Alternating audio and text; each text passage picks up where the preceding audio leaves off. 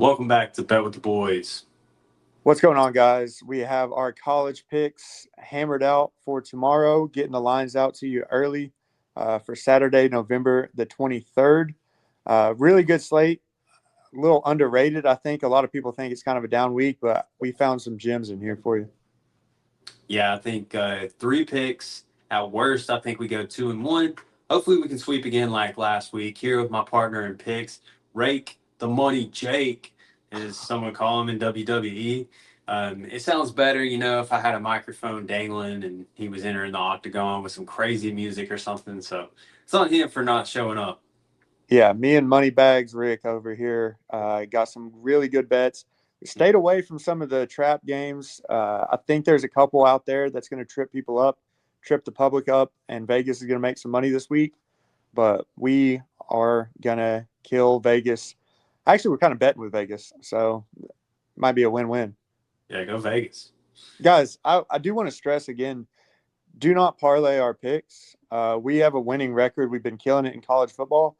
But if you're parlaying them, a lot of times these books are banking on people parlaying bets, and they don't hit very often, guys. These books are banging you, dude. Yeah, they're banging you, banking on it. But yeah, I mean, we're straight bets. So please help us get to 2,100 subscribers. I threw that out there because we do a parlay every time we get a new 100. So we're really close, and we'll try to figure something out that doesn't get tripped up. Yeah, don't do parlays except when we're hitting our milestone here. 2.1K, we're 10. I think we're 10 or 11 away. So if you haven't, help us out. It's free to do. It just helps us out. So, It really does. And yeah. also another way to help us out is joining the Hall of Fame, $2.99 a month, and yeah, that keeps us going. And we're going to start putting out some more member content to make it a little bit more worth your while too. Yeah, because we sold, guys. We actually get a bonus if we put out like two members only videos and a couple posts. So we're going after that bonus for sure. But yeah.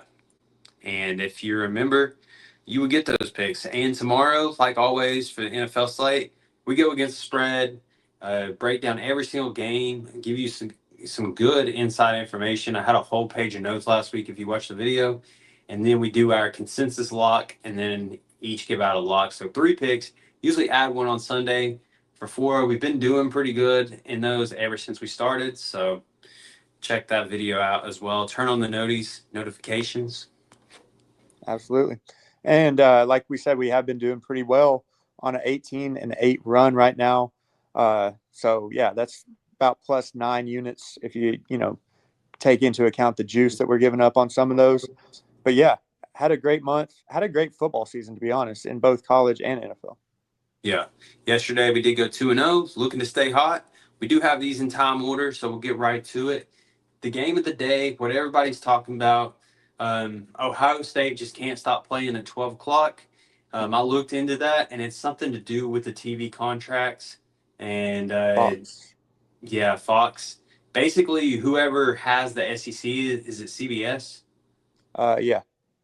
So whoever, yeah, I think it's CBS. I could be wrong about that, though, because I feel like they split up. But whoever has that is always choosing an SEC game just because the product being put on the field is just a great watch. So they're putting those in the 7:30 primetime slot and leaving Fox with no other option but choose an Ohio State game to put at 12 p.m. The fans are getting pretty upset about that, and I actually don't blame them. So, but we're taking Indiana plus 10.5 against Ohio State tomorrow. Boost everywhere for this game. I think the books are really trying to fool you, to be honest, because me and Jake were talking all week about this. Like, Ohio State's going to roll them. Indiana's played nobody except the people who put on their schedule. It's nobody's fault.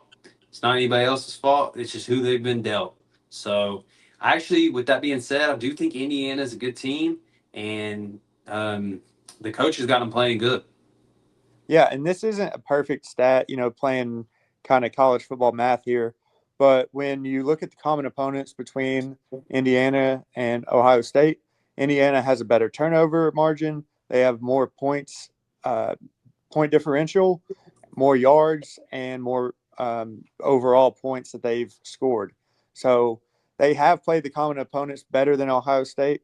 I still think Ohio State can get this win, but Indiana is a much better team than what I think a lot of the narrative has been, that Ohio State's just going to roll them.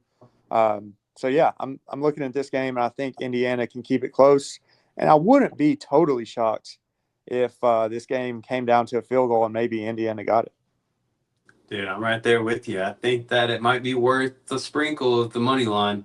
Um, I don't know. This game just has that feeling. So we'll Yeah. see. We're taking the points though. I wish we could have got the 13 and a half. I was so surprised to jump on here and see the spread was 10 and a half now. Because I was looking at it throughout the week. It was 13 and a half.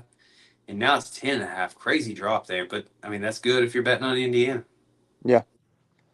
Next game, another kind of big spread, but we like Minnesota a lot in this spot, playing against Penn State, another top five or top six. I can't remember where they're ranked at, but yeah, Big Ten matchup. Minnesota has actually played a little bit better than what their record shows. They are 7-2-1 against the spread this year, and you can talk about it if you want, but we were on them in week one, and it came down to I think it was like a 39-yard field goal that would have beat North Carolina, and he missed it. And that broke our hearts because that was like the first bet we'd made really this season. But yeah, so I think they've actually played a lot better than what the record shows. Yeah, we were on them. They missed two field goals. The kicker just absolutely screwed us in that game against North Yeah. Carolina. But if they win that game and then the Michigan game, they had a few bounces that did not go their way, including I think it was an onside kick, if I remember correctly. It's been a few weeks. But Minnesota's going to be the second best defense that Penn State's played all season long. Um, Obviously, Ohio State was the best defense. But this is their fifth straight game without a bye week. And kind of like the Oregon and Wisconsin game, was it last week? It's just a Yeah. bad. It's just a bad spot, and this game gives me the same type of feel for Penn State. So I'm a little bit worried here. I think Minnesota covers this comfortably. It's going to be a one possession game in the fourth quarter, in my opinion. So Minnesota plus 12. Yeah. I would not sprinkle on Minnesota money line on this one, but I do think it's one of those just late season Big Ten matchups. I think it was Maryland versus Ohio State a couple years ago.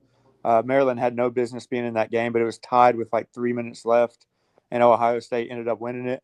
I think this could be that same sort of scenario. Yeah. And then finally in the SEC, if you want to cover this one. All right, Auburn plus 2.5 against Texas A&M. Auburn's been terrible. That's all you've heard. And then Texas A&M has been rolling. And then you look at the spread on this game. Texas A&M is ranked 15th. They're going into Auburn. Look ahead spot. Texas A&M has Texas on deck. Huge game. They're already talking about the playoffs and the implications for that. But I think they're overlooking Auburn here, a good team that just consistently. I mean, they've been playing so good on offense and defense, but they've been self-inflicted wounds all season. And if Auburn can just not turn the ball over, that's what we're banking on this handicap on. I think they're good enough on offense and defense. And Hugh Freeze, well, this is his Super Bowl for the season. He's got to get one. So give me Auburn here plus 2.5 against a ranked team 15th who should be laying a bigger number than this. Yeah, I 100% agree with that. We were talking about this one. This is one of those scary ones that you hate to actually make, but it was like the Browns game last night. How are you going to take a 2-8 team to beat an 8-2 team? But sometimes it's just the way these books have it set up. These lines, they speak to us, and we just have a good feeling about this. So I know that in the past I would not have taken this, but I'm fully 100% behind this. I think Auburn can actually win outright. Yeah, like you said, it reminds me of the Browns game last night. It also reminds me of the Kansas game against BYU last week. A team with a worse record, and they're catching plus 2.5. You're supposed to take the plus 2.5. That's what we've learned doing this for the longest time. So, yeah, I like Auburn plus 2.5. I don't play favorites, but this is probably my favorite pick. Yeah. So just to recap, guys, we have Indiana plus 10.5. We have Minnesota plus 12 against Penn State, and we have Auburn plus 2.5 versus Texas A&M. go ahead and get these in before the lines change too much. And have a great day and enjoy watching some great college football tomorrow. Yes, sir. Go Vols. See you Yeah, guys tomorrow. Like you said, no parlays, just straight bets. I think at worst we go 2-1, so we'll take money all day. I agree. See you All guys. right. See you guys.